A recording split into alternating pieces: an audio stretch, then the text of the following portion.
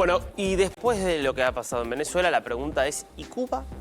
¿Cuánto tiempo puede bancar, en qué condiciones? Varias señales de que Venezuela, que ya venía cortando el grifo para el régimen cubano, lo corta por completo. Primero, esta imagen curiosa que se pudo ver ayer en Flight Radar 24, un avión de Cubana de Aviación que había partido de La Habana, destino Maiquetía, da vueltas durante varios minutos en espera y termina regresando. No hubo una información oficial de qué pasó con este avión, pero coincide con lo que sí se sabe, que es un pedido expreso de Marco Rubio en su diálogo permanente con Delcy Rodríguez para que saque de Venezuela a todos los agentes cubanos, iraníes y rusos.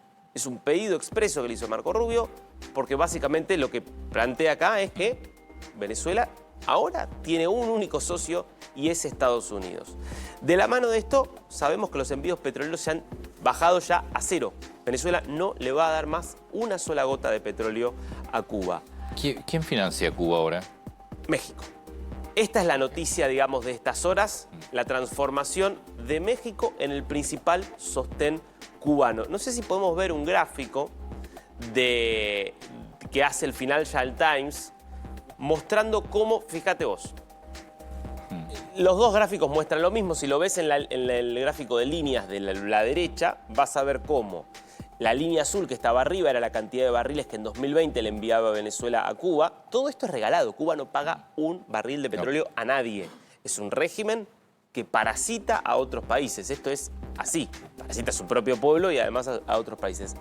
Venezuela llegó a mandar más de 30.000 barriles por día en 2020. Cae prácticamente a cero en 2025 y va a ser cero en 2026. Y México, que casi no le enviaba nada en 2020, viene subiendo y está llegando hoy a entre 15 y 20.000 barriles por día. Esto sin que haya ninguna contraprestación para México. Sí se sabe que además México venía, todo esto desde López Obrador, obviamente, esto antes de López Obrador no ocurría y esto se está reforzando con Claudia Sheinbaum. Esto además de que México también paga el famoso plan de médicos, que son supuestos médicos, que nunca se sabe si cumplen algún tipo de función médica real, pero que sí suponen un montón de dinero que el país que recibe a los médicos, en este caso México, lo hizo mucho Venezuela y lo hizo Brasil, le pagan mucho dinero al régimen cubano, que es el que se queda con la plata. No hay un solo avión no venezolano en este momento Bueno, ayer anunció Copa. En el espacio aéreo. Ayer anunció Copa Airlines Sí. que iba a volver a volar a Venezuela. Fue la primera línea importante que dijo vamos a reanudar los vuelos. No hay en este momento ninguno. Estoy mirando las llegadas y no hay nada. No. Me parece que con Copa va a volver de a poquito. Creo que esto es un proceso día a día. Ahora, es muy fuerte como México está ocupando ahora este papel. ¿Cómo son países, Venezuela, México, que tienen enormes necesidades? No son países ricos. Igual no entiendo el negocio de México. Es negocio político, Antonio. Sí, bueno, pero no entiendo tampoco. Si querés el de Venezuela, es una dictadura. México es un gobierno democrático. Bueno, el de Brasil es un gobierno democrático, el de Argentina era un gobierno democrático. Cuba, y también pero no financia a Cuba, el de Brasil. Sí, no. sé, Durante muchos años Brasil pagó el programa de médicos. El programa de médicos es un programa de financiamiento. No, está bien, del pero régimen. sí, bueno. Durante muchos años no el gobierno de Lula. está financiándole la energía. Claro. No, la energía no. Pero a través del programa de médicos, mucha plata de Brasil fue para Cuba durante muchos años. Ahora no hay médicos cubanos, creo yo, en este momento, médicos cubanos en Brasil. Pero digo, ese fue un mecanismo. México, bueno, vos lo que tenés que ver es qué papel pudo haber tenido plata canalizada vía Cuba en las distintas campañas que llevan a López Obrador a la presidencia. Me parece que eso es lo que hay que ver. Además de asesorías de otro Lo que digo, tipo. México tiene mucho más para perder. Venezuela es una dictadura, olvídate, era un negocio. La dictadura, además con el eje Cuba, Rusia, Irán. México, con la relación con Estados Unidos, tiene mucho más para perder. Bueno, ayer, acercando posiciones con Cuba. por supuesto que tiene mucho más para perder. El punto es saber cuál es el detalle de las negociaciones puertas cerradas entre los representantes. A ver, nosotros lo contamos acá. El nivel de relación entre la izquierda latinoamericana y Cuba es una relación muy fuerte. Sí, digamos, que es ideológica, que es económica, que es financiera.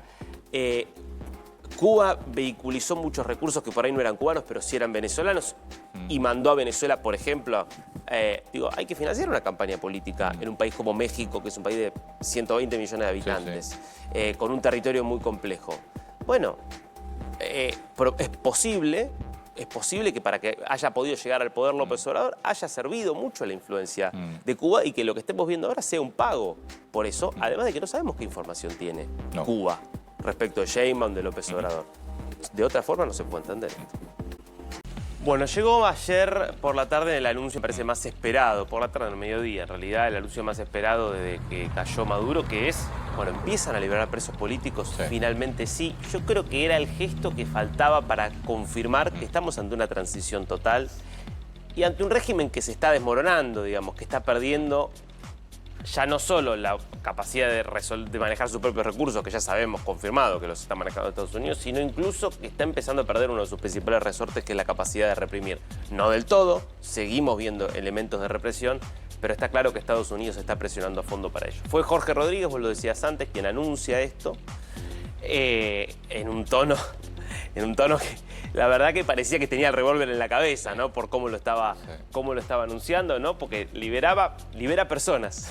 Sí, pero aparte remarcando unilateral, cuando 2 días antes Marco Rubio había dicho que iban a... Y ya te había contado a la mañana, ya Delcy Rodríguez había hablado de una reconciliación que era claramente una respuesta a lo que había dicho Rubio el día anterior. Donald Trump termina después confirmando que fue un pedido expreso y que se frena un segundo ataque, una segunda oleada de ataques, precisamente porque estaba el compromiso por parte del régimen de empezar a liberar presos. Dicho esto, había en un primer momento una expectativa de que fuera una liberación masiva. Empezaron a aparecer un montón de nombres. Hasta ahora lo que se cumplió es mucho más moderado. Son 11 presos confirmados los que han sido liberados. Yo creo que van a ser bastante más. No tengo ninguna duda que van a ser más, pero hasta ahora son 11 presos confirmados. Se estima la cantidad aproximadamente. 863 presos políticos, es lo que registra el Foro Penal. Está el número 863. 863. Simplemente personas detenidas para la dictadura. Cinco, digamos, si descontamos, era el número antes de esta liberación, si descontamos estos 11 estaríamos en torno a los 850. 5 son españoles. 4 españoles nacidos y criados en España, pero que estaban en Venezuela y en distintas circunstancias fueron secuestrados. Una es Rocío San Miguel, que era una destacadísima investigadora en cuestiones de derechos humanos, muy experta en cuestiones de fuerza de seguridad. Yo la he consultado varias veces y que fue muy impactante cuando la secuestran, porque es como que, no sé, como, digamos, para cómo hacer el equivalente a una figura muy conocida del ámbito de los derechos humanos, no sé, como que secuestren acá a Pérez Esquivel hoy, digamos. Una figura así, que la liberan después de 2 años.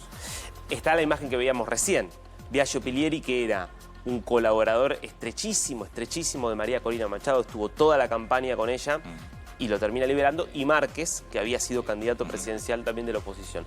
Podemos ver el mensaje de Sánchez, que lo estamos viendo ahí, porque esto es increíble. Liberan a 5 secuestrados por una dictadura brutal, y mirá lo que pone Sánchez. Celebramos la liberación de los españoles que han pasado más de un año retenidos. O sea, vos ves esto y decís... es vergonzoso. Pero es... Sí, Sánchez es vergonzoso. Es impúdico, Antonio. Sí. O sea, como si les hubieran... No, lo retuvieron el pasaporte, no lo dejaron salir. Tendría que haber cambiado una letra, ¿no? Estaban en un centro detenidos. de tortura. Ojo. No, pero... Estaban mínimo. Detenidos ilegalmente. Legalmente. Detenidos.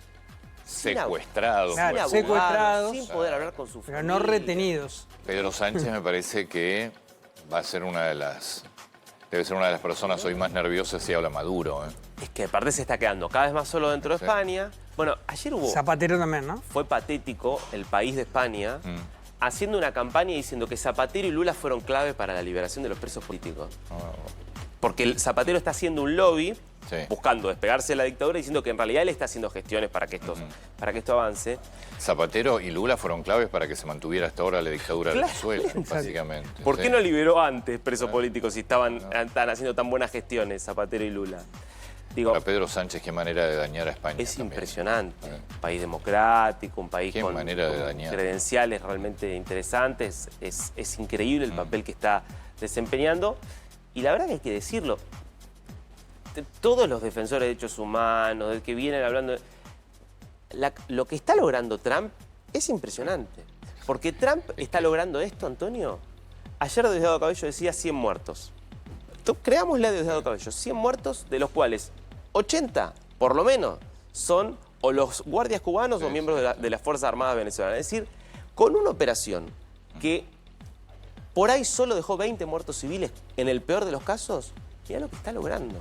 En términos de dejar, digamos, contra las cuerdas a una dictadura brutal, de empezar a liberar presos políticos, de ayer ya confirmando que va a haber una hoja de ruta hacia la democracia. Y este es el punto. Hay que admitir, digamos. Me parece que este es el punto más alto, claramente, y lo más relevante en términos de negociación y de intervención de Trump, porque hasta ayer nada se hablaba de esto. Tiene que seguir la liberación. Tiene que seguir, Por supuesto. tiene que seguir. Por supuesto. Y en ese contexto hay dos argentinos. Recordemos, Nahuel Gallo, el caso más conocido del gendarme, está detenido desde el 8 de diciembre de 2024. Y también Germán Giuliani, que es un abogado penalista, detenido desde mediados del año pasado. Son los dos casos que en el gobierno están siguiendo de cerca. Obviamente el caso de Gallo es el más conocido. Y Patricia Bullrich, que sigue las gestiones a pesar de no ser ya la ministra de Seguridad.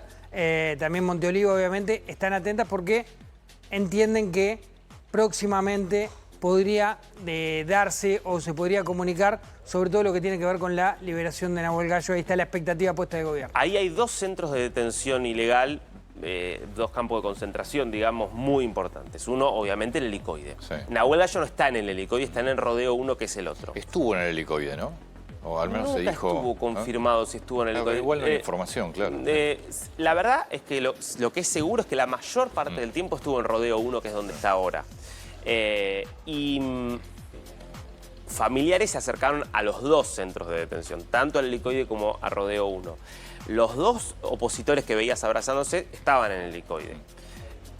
Claro, después se informó que un montón de otros más iban a ser liberados que estaban en el helicoide y no fueron liberados, y se informó que muchos que estaban en Rodeo 1, nombres que estuvieron circulando de parte de abogados que tienen algún tipo de acercamiento al régimen, también hablaban de liberación de presos del Rodeo 1, no se produjo. Me parece que hay que estar atentos, acá hay que ver qué está pasando a nivel intrarrégimen, porque obviamente hay un sector que va a tratar de frenar la liberación de los presos políticos, así como hay otro sector que va a tratar de que se cumpla esto. Pero acá, entre todos los que liberan, vas a tener cantidad de testimonios contra los dictadores. Y este es el tema central. Entonces, hay reportes por eso hay un sector que no quiere que se libere absolutamente Mirá, nadie.